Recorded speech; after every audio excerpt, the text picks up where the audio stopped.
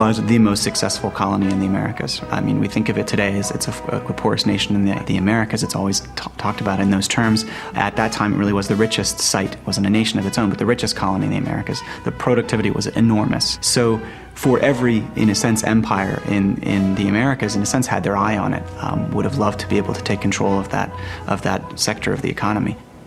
The beginning of the revolution happened really in the northern plain of Saint-Domingue, which really was this extremely industrialized zone in which there were these enormous sugar plantations. That's really where the revolution began, and I think that's important to remember as well, that these plantations, which were some of the most industrial sites in the world at the time, in terms of the combination of both agriculture and production, generated this revolution. It came out of these plantations.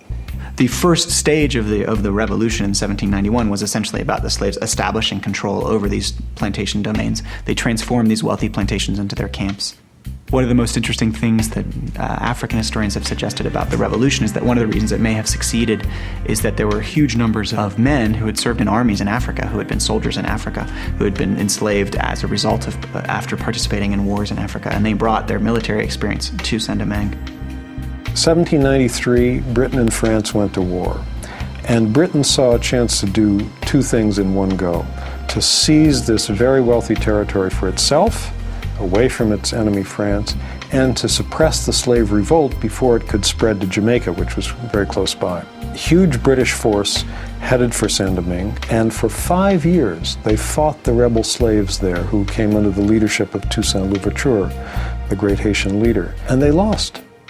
The attempted repression of that revolt involved hundreds of thousands of English boys and young men who were shipped off to Haiti. And there they will meet at the other end of a bayonet or the other end of a machete, the historic indignation of slaves fighting for freedom. And it's a huge trauma to the English people. This was a case where an army of rebel slaves had defeated the army of the world's superpower, which was also the world's greatest slave trading nation. And it was a great shock.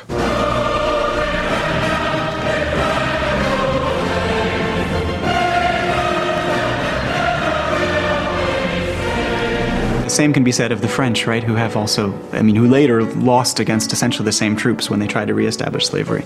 The British defeat was, in a sense, presaged the defeat of Napoleon's troops that would follow a few years later. This revolution seemed kind of unthinkable for a lot of thinkers. And the idea that this was happening, in some ways, the idea that slaves would become generals and leaders of a revolution and would defeat these armies, it was just really hard to kind of fit into what they believed and what they saw. Now, a lot of people, of course, did think about it and brought it into their reality. But I think it challenged at the time and continues to challenge so many of our notions about where history is made, how history is made, who are the central actors in history. This is really one of the foundational moments in the history of not just the Americas politically, but in democratic theorizing, of philosophy, of thinking about what rights are. So not only do you have a challenge to racist ideas that kind of consign people to the margins of history rather than placing them at the center, but you also have to rethink, I think, a lot of broader narratives about Western history. What's interesting about the Haitian Revolution is that it's the only revolution with the only constitution that outlaws slavery and outlaws discrimination on the basis of race. Now that is historic. That's not in the Bill of Rights in the US.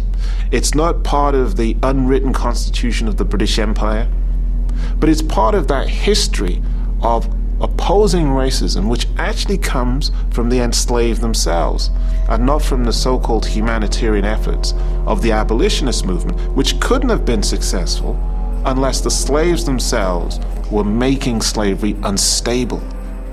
The cost they paid for it was a terrible one, because there was this international boycott of Haiti, and in the end they had to pay reparations. So it's not that reparations were paid to the slaves. They had to pay reparations to the French for property expropriated and so forth. One of the reasons that Haiti is today the poorest country in the Western Hemisphere comes out of this, that they do this tremendous historical feat. So here's the only successful slave revolution in history, and basically, we are going to make sure that the contagion of your example does not spread to the United States, does not spread to Latin America. We're going to isolate you, we're going to quarantine you, we're going to make you pay. Slavery itself isn't abolished in the British Islands until 1833. And indeed, there are still Africans carried across the Atlantic to Cuba and Brazil, illicitly, another more than 1 million.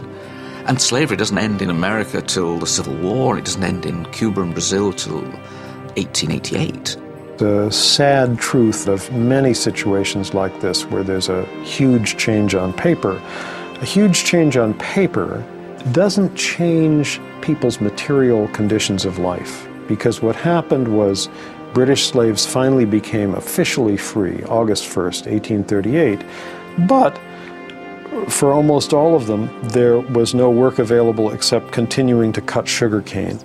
And now they suddenly found themselves having to pay rent to the planters for the miserable huts that they lived in, and taxes to the government. And there were also all kinds of other strategies used essentially to prevent former slaves from gaining access to land, to prevent them from gaining access to the cities, to prevent them from gaining access to the professions and so forth. So there were all kinds of other strategies, all of them really largely tied together by a broader racial order that also kind of sustained a certain kind of subordination without slavery. Many of the abolitionists could see that it was unjust and it was cruel to perpetuate a system where people were enslaved and degraded. But that did not necessarily mean that they saw those people who were degraded and enslaved as civilized like them. So there is a disconnect. And it's a disconnect that has to be marked and given some significance, because historically we often think that abolitionism was like an anti-racist movement. It wasn't an anti-racist movement.